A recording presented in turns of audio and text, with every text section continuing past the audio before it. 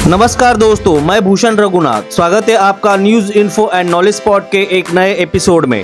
Sudan के साथ भारत के प्राचीन काल से गहरे संबंध रहे हैं। एक ऐसा देश जो वर्तमान में वैश्विक बहस के केंद्र में है। नील और सिंधु नदियों के सहारे विकसित दोनों देशों की संस्कृतियों के बीच उस समय के मेसोपोटामिया के माध्यम से व्यापार होता था। मोटे तौर पर मेसोपोटामिया वर्तमान में इराक, ईरान, कुवैत, सीरिया और तुर्की को कहा जाता है। बाद में 12वीं शताब्दी के अंत में लाल सागर के माध्यम से व्यापार फला फूला। भारत में ब्रिटिश शासन के दौरान ईस्वी सन 1900 में 2 इस्पात रेलवे पुल भारत से सूडान को निर्यात किए गए थे। वे आज भी उपयोग में है।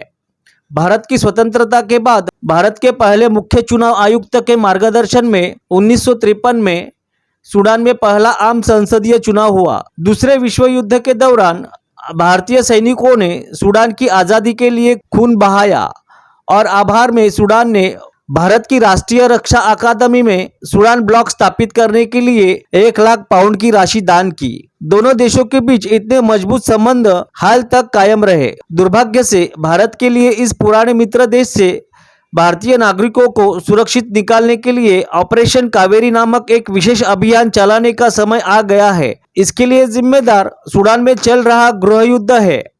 सूडान ने 1955 से 1972 और 1983 से 2005 तक 2 लंबे गृह युद्धों का अनुभव किया है।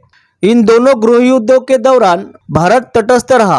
बाद में दक्षिण सूडान दुनिया के नक्शे पर एक स्वतंत्र देश के रूप में उभरा और 2012 में सीमावर्ती तेल समुद्र क्षेत्रों को लेकर उनके बीच एक अल्पकालिक युद्ध छिड़ गया। हालांकि उस समय भारत ने सूडान का समर्थन किया था। वर्तमान में सूडान की सेना और अर्धसैनिक बलों के बीच गृह युद्ध छिड़ गया है। इसकी जड़ें 2 साल पहले हुई सैन्य क्रांति में छुपी है। अक्टूबर 2021 में जनरल अब्देल फताह अल बुरहान के नेतृत्व वाली सेना ने प्रधानमंत्री अब्दुल्ला हमदोक की सरकार को उखाड़ फेंका और आपातकाल की स्थिति घोषित कर दी।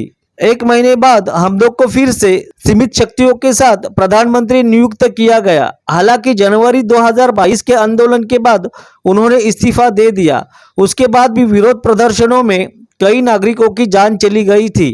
एक नागरिक सरकार को सत्ता में सौंपने के अंतर्राष्ट्रीय प्रयास अप्रैल 2030 में शुरू हुए, जब सेना प्रमुख जनरल अब्देल फतह अल बुरहान और दूसरे दर्जे के अर्धसैनिक प्रमुख मोहम्मद हमदान दागलो के बीच सेना और अर्धसैनिक बलों के एकीकरण को लेकर संघर्ष छिड़ गया। ये दोनों सेनाएं आपस में लड़ रही है और इनमें सूडानी के साथ साथ विदेशी नागरिक भी चपेट में आ रहे हैं। एक भारतीय सहित 400 नागरिक मारे गए हैं। इस तथ्य को देखते हुए कि पिछले दोनों गृह युद्ध लंबे समय तक चले, निकट भविष्य में नवीनतम संघर्ष समाप्त होने की संभावना धूमिल है। इस पृष्ठभूमि में भारत ने सूडान में फंसे भारतीयों को सुरक्षित निकालने के लिए ऑपरेशन कावेरी नामक एक विशेष अभियान चलाया है। सूडान में फंसे अपने नागरिकों को भारत ने सुरक्षित वापस लाया ही, लेकिन सूडान में शुरू संघर्ष को जल्द से जल्द खत्म करने के लिए गंभीर प्रयासों की भी जरूरत है। सूडान के साथ अपने दीर्घकालिक सौहार्दपूर्ण संबंधों को देखते हुए भारत इसमें प्रमुख भूमिका निभा सकता है। दुनिया एक बार फिर विश्व युद्ध की ओर बढ़ रही है, ऐसा प्रतीत हो रहा है। ऐसा लगने की वजह है कि हाल में नए नए संघर्ष सामने आ रहे हैं। रूस यूक्रेन युद्ध जारी है। चीन ताइवान पर घात लगाकर बैठा है। भारत के अरुणाचल प्रदेश पर भी चीन की नजर है।